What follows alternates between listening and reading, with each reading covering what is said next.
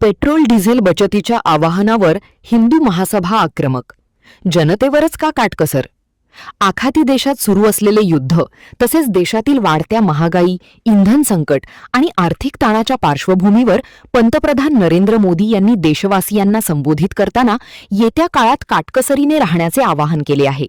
सोने खरेदी टाळा, पेट्रोल डिझेलचा वापर कमी करा, इलेक्ट्रिक वाहने वापरा, सार्वजनिक वाहतुकीस प्राधान्य द्या, असे आवाहन नरेंद्र मोदी यांनी केल्यानंतर देशभरातून संमिश्र प्रतिक्रिया उमटू लागलेल्या आहेत. त्यातच या आवाहनांना कोल्हापुरात अखिल भारत हिंदू महासभेने तीव्र विरोध दर्शवला आहे.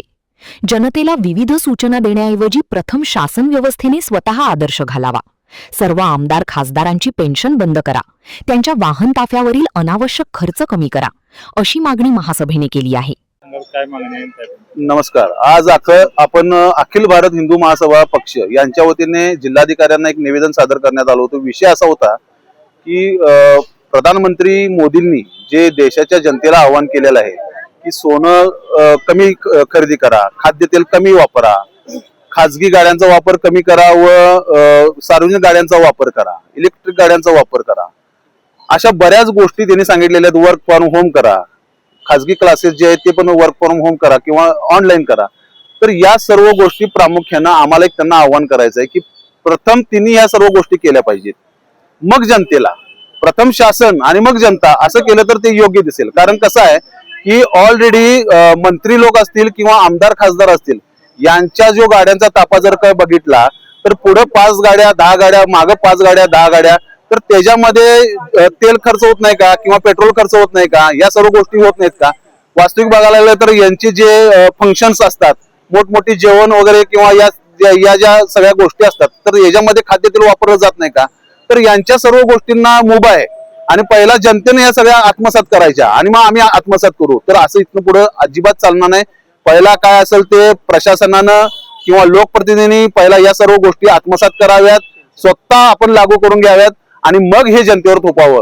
हजारो आणि लाखो करोडो ज्या रकमेच्या ज्या पेन्शनी दिल्या जातात, म्हणजे पेन्शनवर जो खर्च होतो तो हजारो कोटीचा खर्च आहे देशामध्ये. महाराष्ट्रामध्ये पण हजारो शेकडो कोटीचा खर्च आहे या पेन्शन मध्ये. तर या पेन्शन पण बंद कराव्यात किंवा कमीत कमी पेन्शन करावी. या गोष्टीला खर्च झालेला त्यांना चालतो, पेन्शन वगैरे या गोष्टीला, परंतु सर्वसामान्य नागरिकांना काय सहन करावं लागत आहे? सर्वसामान्य जो नागरिक आहे, जो खाजगी ठिकाणी नोकरी करून पेन्शन मिळवायच्या संदर्भात सगळ्या त्याच्या गोष्टी असतात, त्या पण आता शासनाने बंद केलेल्या आहेत. म्हणजे तुमच्या पेन्शन चालतात परंतु सर्वसामान्य नागरिकाला पेन्शन मिळू नये, म्हणजे सर्वसामान्य नागरिक मरून जावा का, अशी कुठे भावना चालू आहे का? या गोष्टीचा प्रामुख्याने विचार करावा आणि या सर्व गोष्टींची आम्हाला सखोल त्यांनी उत्तरं द्यावीत. आणखीन एक विषय आहे महत्वाचा की ज्या ज्या जिल्ह्यामध्ये मंत्रीगण आहेत, तर त्या जिल्ह्यामध्ये म्हणजे स्वतःच्या मतदारसंघामध्ये फिरताना पण 10 गाड्या घेऊन फिरतात. म्हणजे नक्षलग्रस्त एरियामध्ये फिरल्यासारखं तुम्ही फिरताय. म्हणजे ज्या वेळेला तुम्हाला मतदान पाहिजे आहे त्यावेळेला तुम्ही प्रत्येकाच्या दारात येतात, त्यावेळेला नक्षलग्रस्त तुम्हाला वाटत नाहीत. आणि अशा टायमाला ज्यावेळेला तुम्ही निवडून होऊन जातायसा त्यावेळेला मात्र तुम्हाला प्रोटेक्शन पाहिजे, पुढे 4 गाड्या पाहिजे, मागे 4 गाड्या पाहिजे. हे कितपत योग्य आहे? नाही, ताफा हा कमीच केला पाहिजे. प्रामुख्यानं प्रत्येक लोकप्रतिनिधीला एकच जो सिक्युरिटी गार्ड दिलेला आहे किंवा पोलीस प्रोटेक्शन म्हणून दिलेला आहे, तर त्या एका गार्डवर सगळं चालतंय. जर काही त्या आमदार खासदार कुठे जर हमला झाला असेल, हल्ला झाला असेल, तर ठीक आहे, त्याला प्रोटेक्शन द्या ना. जर काय अशा कोणत्या गोष्टी झाल्या नसतील तर या सर्व गोष्टींवर वारेमाप खर्च का म्हणून करायचा? अहो, जनतेच्या टॅक्स मधला आणि आमच्या सर्वसामान्यांच्या खिशामधला हा टॅक्सचा पैसा आहे, हा कुठे पण खर्च करून कसं आम्ही शांत बसू शकत नाही? सोनं खरेदी करू नका हे सांगितलेलं, तर हे वास्तविक बघायला तर हे हास्यास्पद गोष्ट आहे. कारण सोनं किंवा सोनार किंवा ते कारागीर आहेत, तर यांची उपजीविका, त्यांचं कुटुंब सर्वस्व त्याच्यावर अवलंबून आहे. तर वास्तविक बघायला तर ही कुठेतरी महामारीच्या ठिकाणी हा देश घेऊन चाललेले आहेत का? सोनं हे सर्वसामान्य नागरिक कशासाठी खर्च करतात की बाबा पैसा इतरत्र खर्च होऊ नये, कुठेतरी आपली पुंजी असावी किंवा ती साठावी आणि आपल्याला आकस्मिक कोणता तर खर्च आला तर त्या ठिकाणी ते सोनं मोडून आपला जो खर्च आहे तो भागवावा किंवा आपल्याला ते मिळावं, यासाठी हे सोनं खरेदी केलं जातंय. तर देशाचे पंतप्रधान म्हणून त्यांना एवढी पण जर काही बुद्धी नसेल तर आम्हाला त्या बुद्धीची कीव येते. तुम्ही काय केलं? निवेदन काय दिलं? नाही, निवेदन आपण या सर्व गोष्टींच दिलेलं आहे.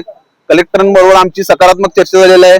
कलेक्टर साहेबांना पण आम्ही या सर्व गोष्टी वरिष्ठांना कळवा आणि यामध्ये प्रामुख्यानं जर काही वारंवार कोरोना काळात पण थाळी वाजवा, आता काय हे खाऊ नका, उद्या काय ते करू नका, परवाशी काय ती बाहेरच पडू नका, कितपत ही जनता सहन करणार? अहो ज्या वेळेला कोरोना काळाला भले भले मोठे मोठे मंत्री गण परदेशात जाऊन बसले, ऐशोआराम करायला लागले आणि जनता इथे बरोबरच बसलेले. मग आता पण जर का याच गोष्टी चालू असतील तर हे कदापि जनता सहन करणार नाही.